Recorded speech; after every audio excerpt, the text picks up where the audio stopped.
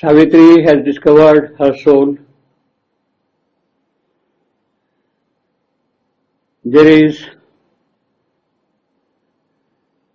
the great descent of the Mahakundalini into various centers of our subtle physical.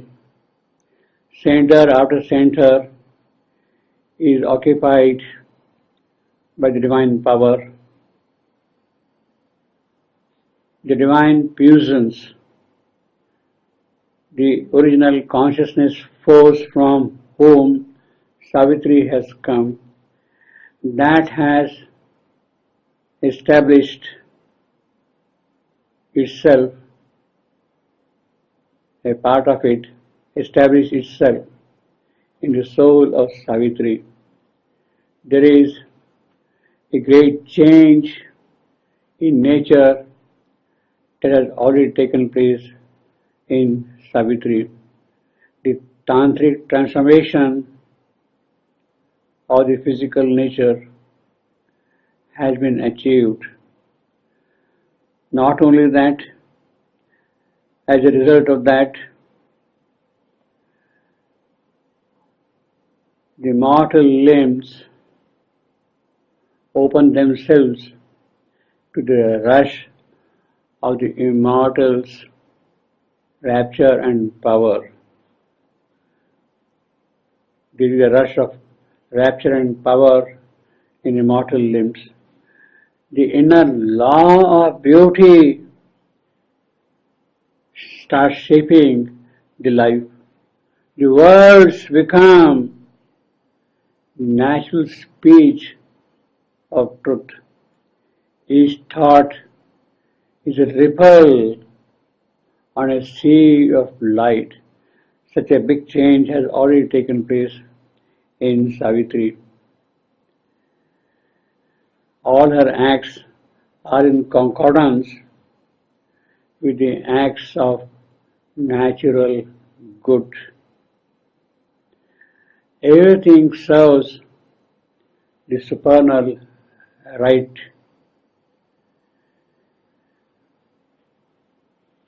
Great change has taken place in Savitri. But there is a cry of victory. Yes, we have won. We have created heaven here. But that is not sufficient. Housing the divine power in the soul is one aspect of it. But the entire nature also now must open to the working of the divine power. And unless that happens, Savitri will not be able to meet death and win victory over death. However, the great change that has taken place has already brought about a change in the entire surroundings, the whole world, the forest, the hermitage, the people living in those places, animals, trees, flowers, they suddenly experience something marvelous, something remarkable, something very powerful that has happened. They do not know how this has happened, why this has happened, what is the cause behind it, but they do experience that great change.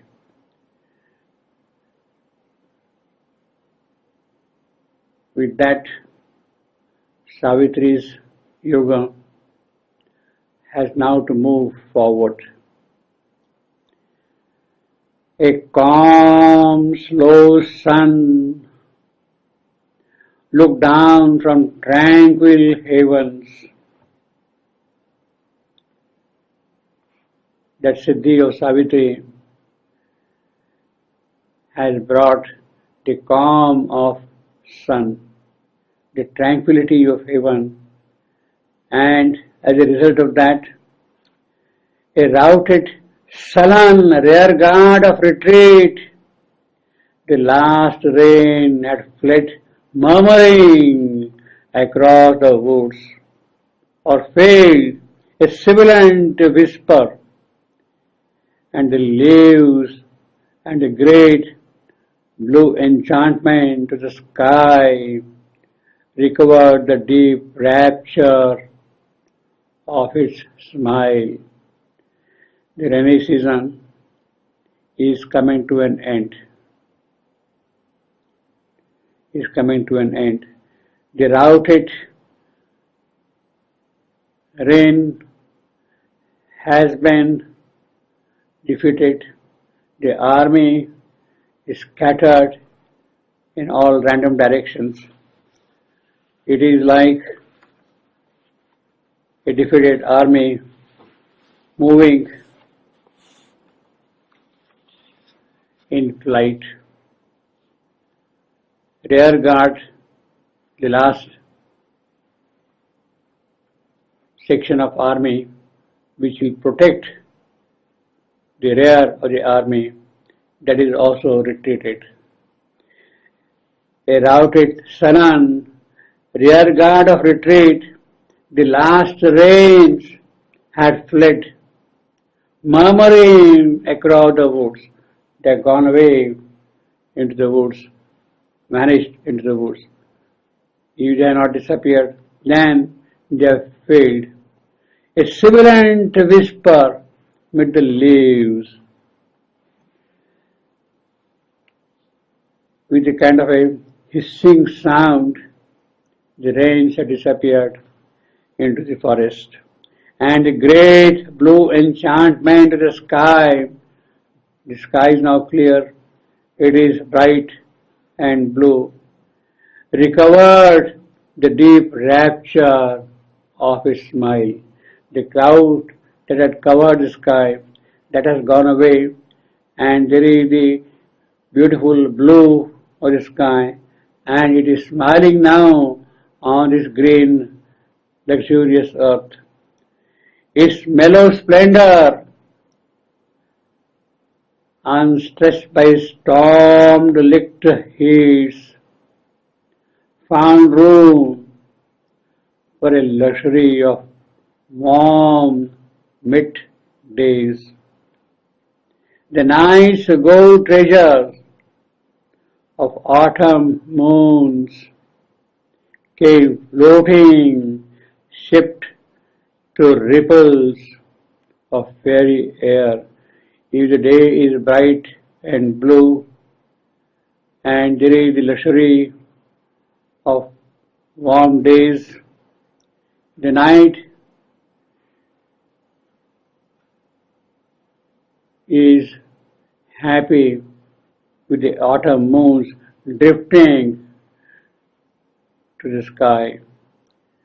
The night's gold treasures of autumn moons, cloudless, clear autumn sky, came floating shipped through ripples of fairy air.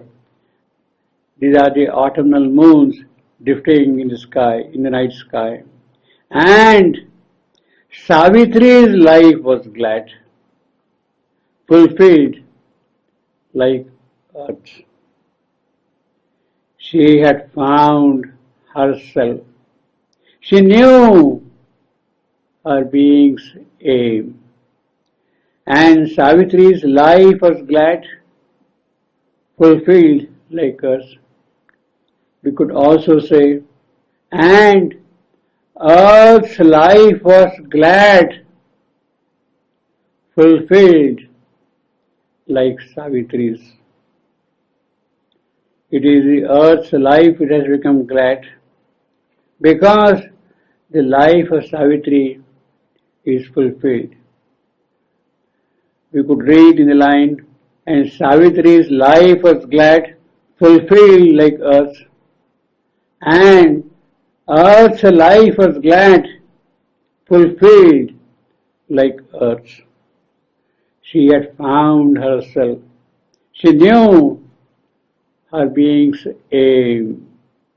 Although her kingdom of marvelous change within remained, unspoken in her, secret breast. She has not told anything to anybody, to her parents-in-law, to her husband, to the rishis in the forest. She has not spoken anything to anybody. Remained unspoken in her secret breast. All that lived around her felt its magic's charm. The trees' rustling voices told it to the wind. Savitri is not going to tell, but the trees' rustling voices, they are going to tell it to the wind, and the wind is going to carry and tell to everybody. The trees' rustling voices told it to the wind. Flowers spoke in ardent hues and unknown joy. The birds' caroling became a canticle. It is a praise, it is a jubilation, a happiness which is being spoken of by nature, by the wind, by the birds, by the trees, by the flowers. Everybody is speaking of the newly found, newly felt happiness all around. And the bees forgot their strife and lived at ease. The whole nature is experiencing that tranquil heaven's gaze, absorbed in white communion with the unseen. The mild ascetics of the wood received a sudden greatening of their muse. They are withdrawn into their contemplation. The sages, the rishis, the great spiritual figures living the hermitages around, they are absorbed in great communion with the unseen. And they also feel a sudden greatening of their lonely muse of the contemplation, wherefrom their meditation has become suddenly rich, suddenly vast, suddenly luminous. They are themselves, in a certain sense, astonished. This bright perfection of her inner state poured overflowing into her outward scene. Savitri's perfection, it is that which is overflowing all around here, made beautiful, dull, common, natural things, and action wonderful, and time divine. Yes, one man's perfection, this is what we have seen here last time. One man's perfection still can save the world. It is that perfection of Savitri, that bright perfection of her inner state poured outflowing into her outward scene, made beautiful, dull, common, natural things, and action wonderful, and time divine. Absorbed in white communion with the unseen, that is a great spiritual experience. And the mother speaks of it in one of her prayers. Maybe we can read that prayer, that meditation of the mother in full. It is dated 26th November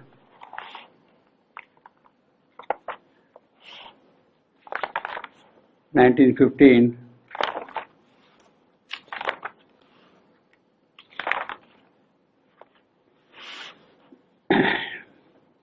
She is writing it that experience of hers to Shavendo in a letter.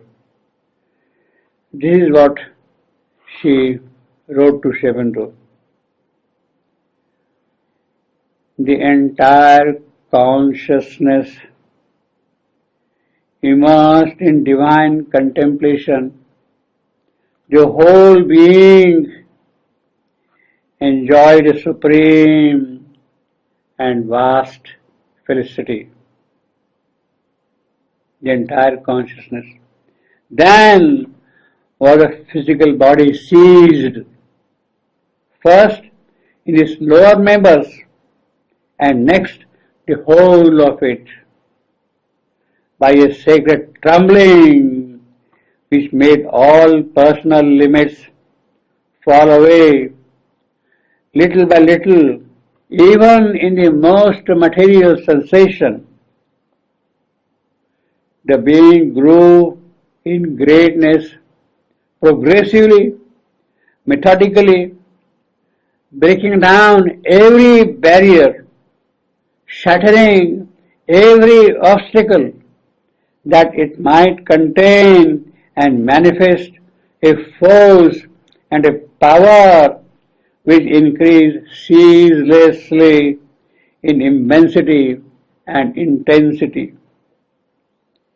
It was a progressive dilatation of the cells until there was a complete identification with the earth.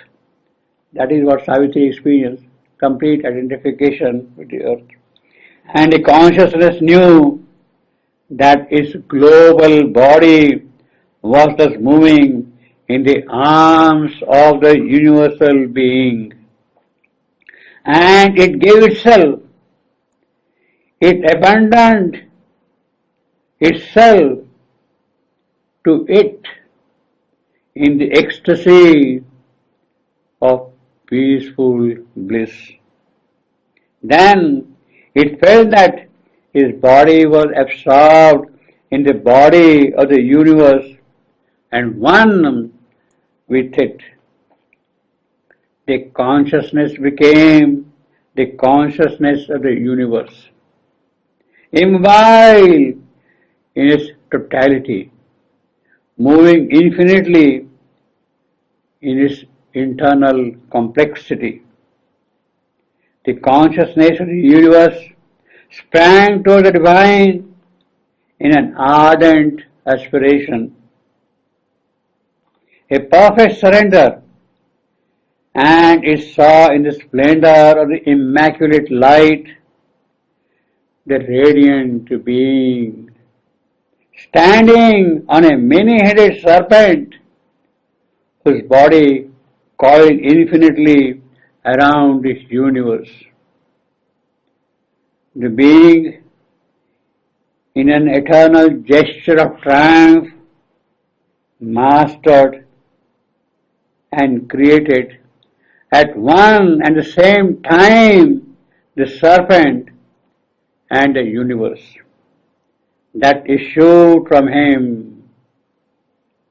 Erect on the serpent, he dominated it with all his victorious might, and the same gesture that crushed the Hydra, enveloping the universe, gave it eternal birth. Then the consciousness became this being and perceived that its form was changing once more. It was absorbed into something which was no longer a form and yet contained all forms. Something which, immutable, sees the eye, the witness, and what it sees is. Then this last vestige of form disappeared, and the consciousness itself was absorbed into the unutterable, the ineffable. The return toward the consciousness of the individual body took place very slowly in a constant and invariable splendor of light and power and felicity and adoration by successive gradations, but directly without passing again through the universal and terrestrial forms.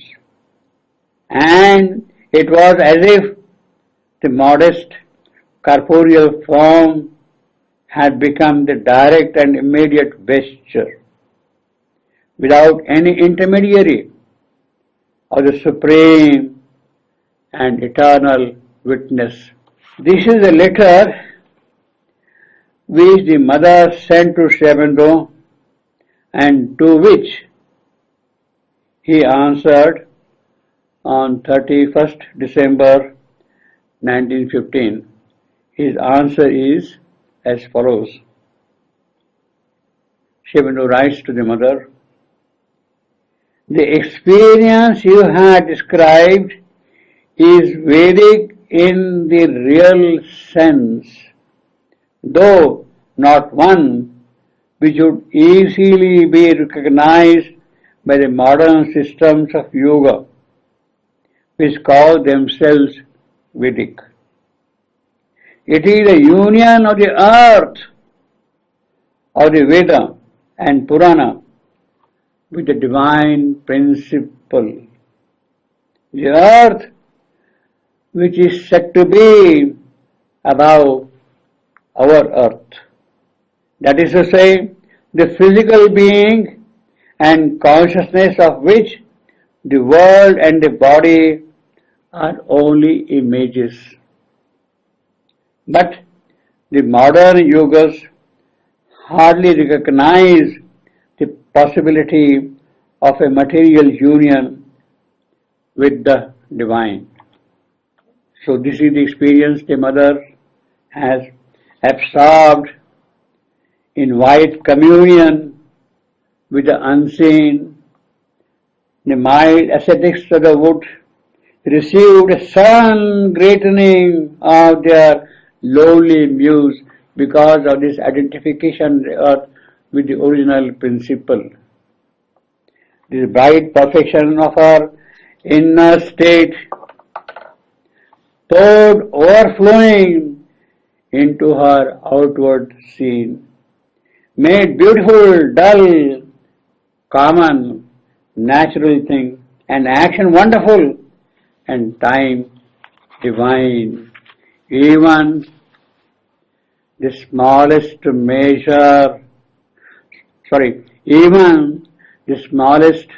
meanest work became a sweet or glad and glorious sacrament, an offering to the self of the great world, or a service to the one in each and all. A service to the one in each and all. That is the Upanishadic experience. What we have just seen, the Vedic experience of the mother. I think we'll take it up next time again. With the divine power established in the soul of Savitri, there is a great change which has taken place in her inner being. A tantric transformation of the inner nature has occurred. This bright perfection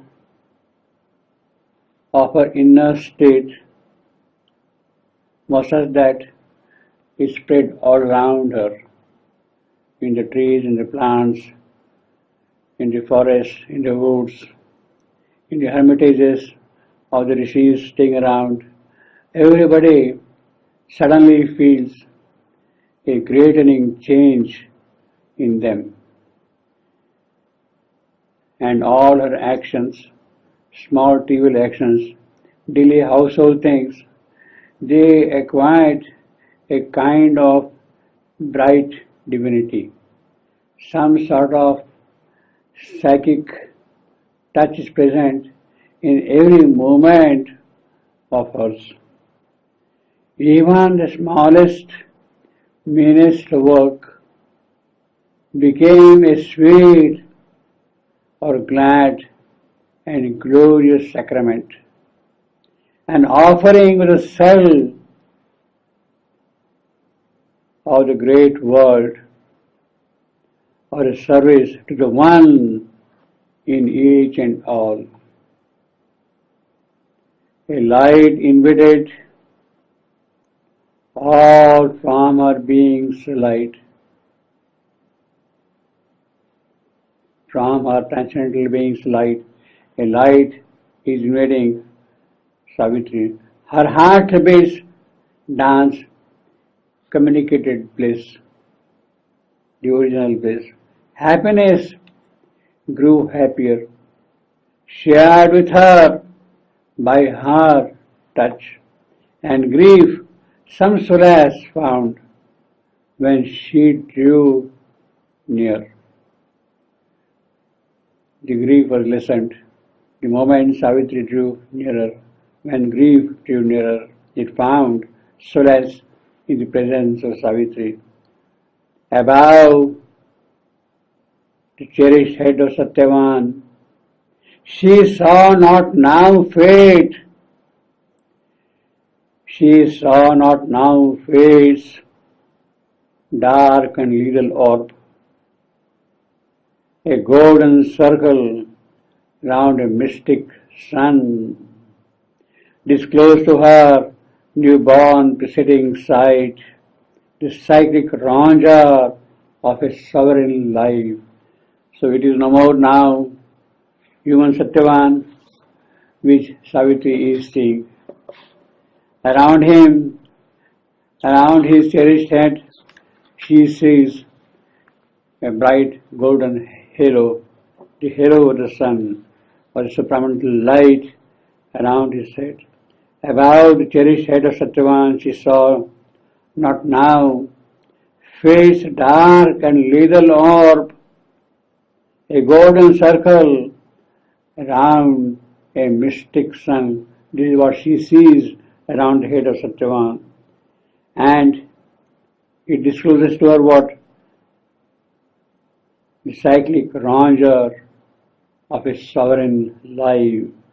Through the ages, yuga after yuga, the kind of a life that is to come, it is that which is revealed to Savitri.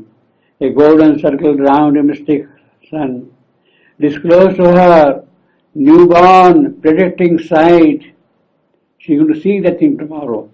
The cyclic rangea of a sovereign life, deathless life.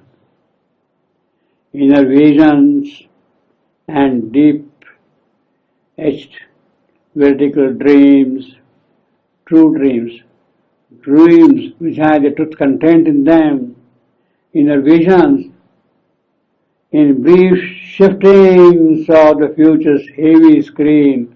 The screen is removed. He lay not by a dolorous decree.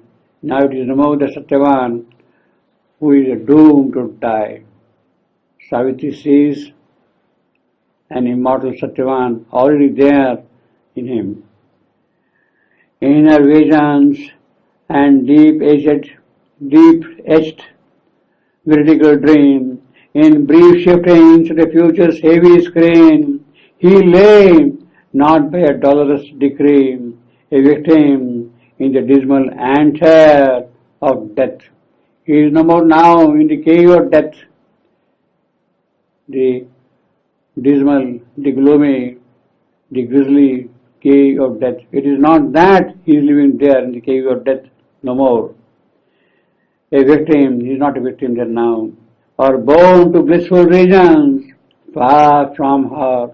Well, he could be living in the den of death, in the cave of death. He could also be living happily in the immortal world or born to blissful regions far from her, forgetting the sweetness of earth's warm delight, her contact, her relationship, the sweetness which they had together of the sweetness of the earth. He would forget about that thing and go and live elsewhere in the celestial zones, forgetting the passionate oneness of love's clasp, absorbed in the self-wrapped immortal bliss. He could live himself forgetting everything, his relationship with earth, with objects around him, all those who loved him, forgetting even Savitri, and he would live absorbed from everything in the immortal bliss. So either Satyavan would live in the cave of death, or Satyavan would live in the realms of felicity.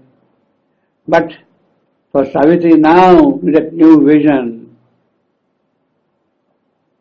he is no more that Satyavan. What she sees now is the eternal Satyavan with a halo of the sun around his head. In her visions and deep etched, in her visions and deep etched vertical dreams, in brief shiftings of the future's heavy screen, he lay not by a dolorous decree, a victim in the dismal anthill of death, or born to blissful regions far from her, forgetting the sweetness of earth's warm delight, forgetting the passionate oneness of love's calm, absorbed in the self-wrapped immortal bliss. Always he was with her. He would go for his work. He would go here and there, but he always remained with her. A living soul that met her eyes with closed, enamored eyes. A living body near to her body's joy.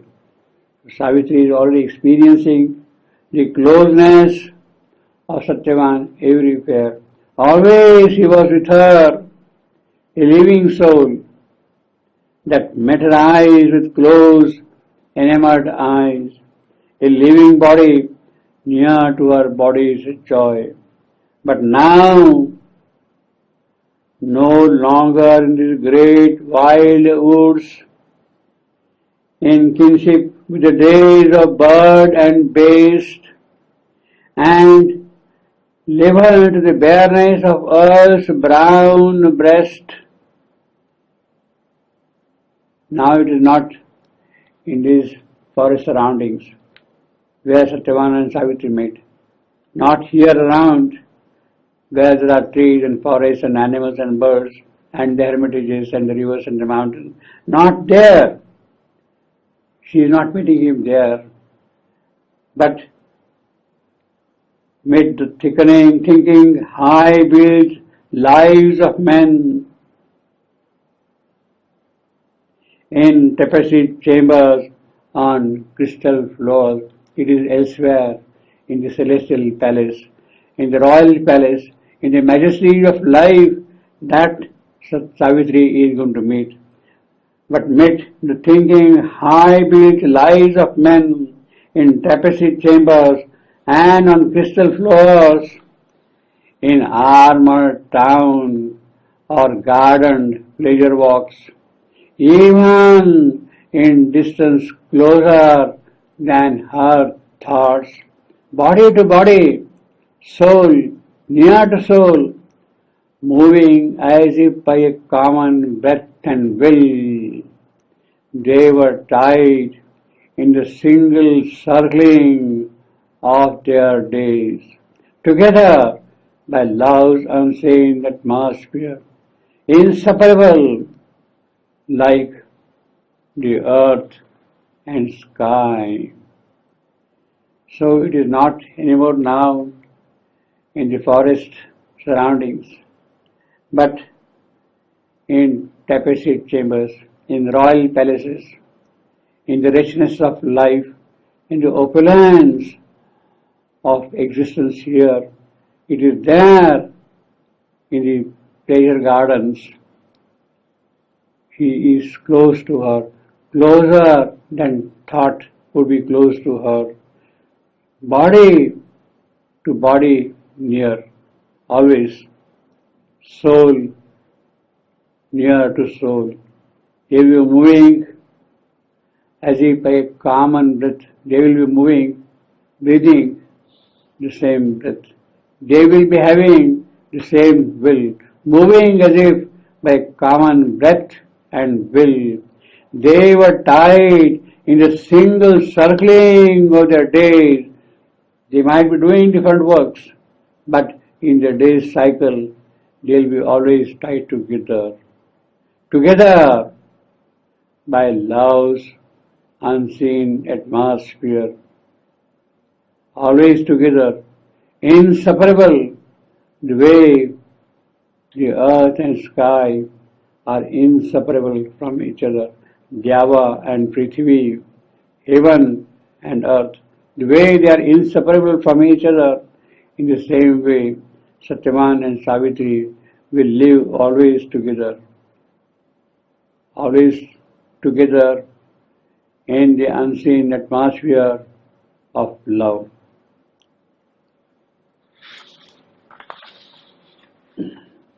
Thus, for a while she stood, thus for a while she trod the golden path.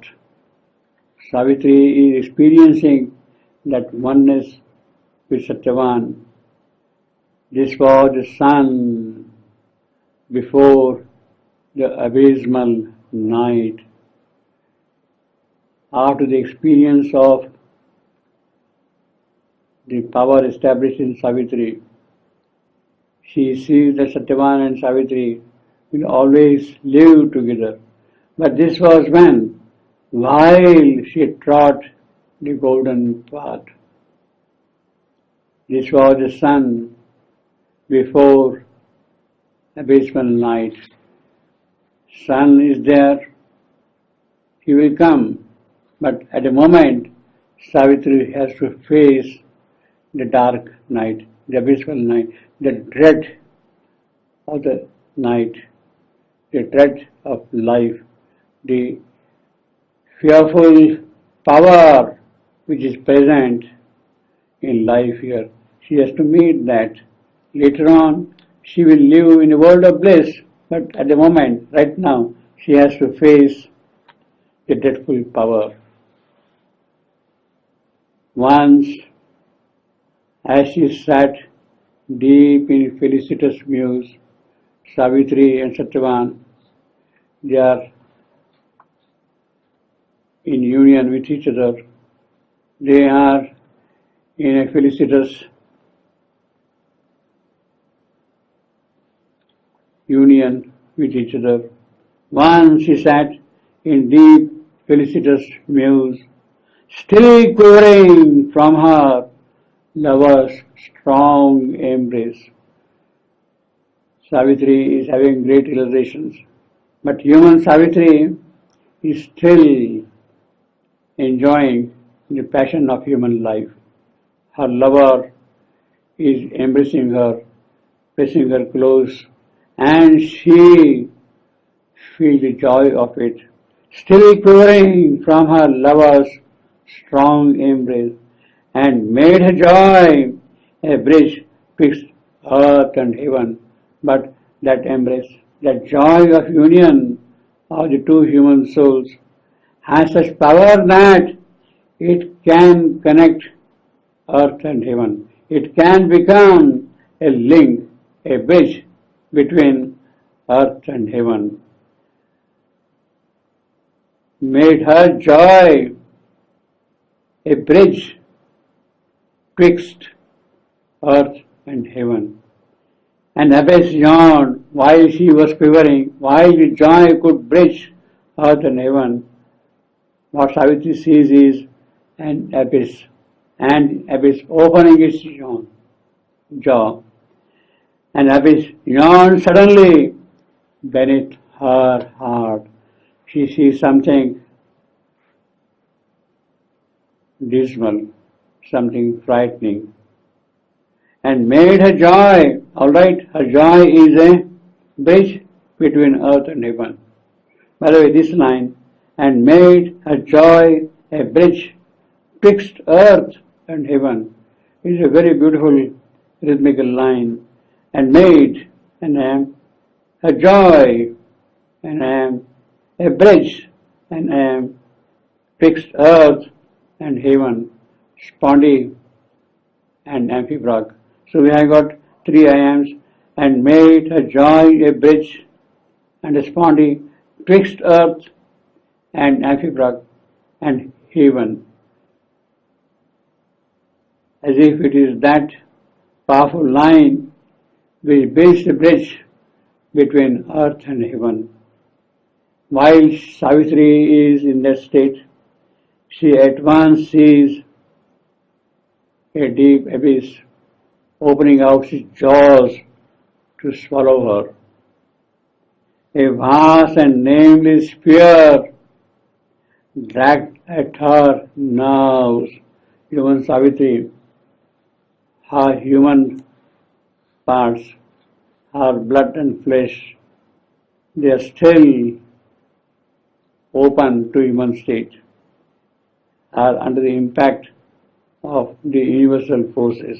A vast and nameless fear dragged at her nerves as drags a wild beast is half-slaughtered prey. A wild beast, a tiger, has killed a deer, and he is dragging that half-killed deer to his place. A vast and nameless fear dragged at her nerves. It is in the same manner that dread is attacking Savitri. As drags a wild beast is half-slaughtered prey, it seemed to have no den from which it sprang. Wherefrom did that dread arise, that beast of prey arrive? It looks as if it has no den at all to live in. Suddenly from some nowhere it is arriving. It was not here, but hid its unseen cause. That dread is not physically present here. It is not present even otherwise. Its unseen cause is a secret of existence. Then rushing came its vast and fearful found. Its cause is unseen, and suddenly from nowhere it is rushing from some secret fount. A formless dread with shapeless, endless wings, filling the universe with its dangerous breath, a denser darkness than the night could bear, enveloped the heavens and possessed the earth. So the entire cosmic extension, earth and heaven, they are under the sway of this dread. A formless dread which shapes its endless wings, filling the universe with its dangerous breath, a denser darkness than the night could bear, enveloped the heavens and possessed the earth. A rolling surge of silent death. It came, curving around the far edge of the quaking globe. Curving around the quaking globe, it came like a surge, effacing heaven with its enormous stride. It wailed to expunge the choked and anguished air and end the fable of joy and life. When that dread would come, where would exist then joy of life? It cannot exist at all. It is that kind of a dread which is now invading Savitri, a rolling surge of silent death, effacing heaven with its enormous stride. and end the fable or the joy of life. It seemed her very being to forbid. It would not allow Savitri to exist. It would destroy her, abolishing all by which her nature lived. It will knock off the very foundation of her nature, abolishing all by which her nature lived, and leave her to blot out her body and soul. A clutch of some half seen invisible, a hold, a grip of the half invisible. It is that which is holding Savitri. An ocean of terror and a soaring might, a person and a black infinity. So that is the description of the dread Savitri is experiencing. It seemed her very being to forbid, abolishing all by which her nature lived, and labor to blot out her body and soul, a clutch of some half-seen invisible, an ocean of terror and of sovereign might, a person and a black infinity. It seemed to cry to her without thought or word. It's not uttering any word. It is not giving out any thought also. Yet it is crying to her. What? It is giving the message to her. It seemed to cry to her without thought or word. The message of his dark eternity, this black infinity, this dark eternity, it is conveying something to Savitri. What? And the awful meaning of its silence is, out of some sudden monstrous was arisen, out of an abasement's deep of grief and fear,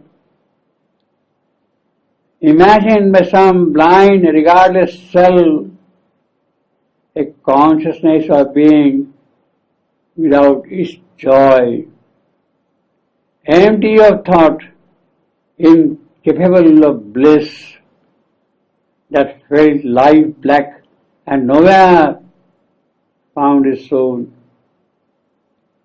A voice to the dumb anguish of the heart conveyed a stark sense of unspoken words.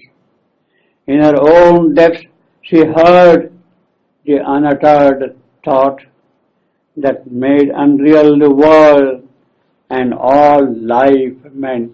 Such is the power of the dread. When Savitri hears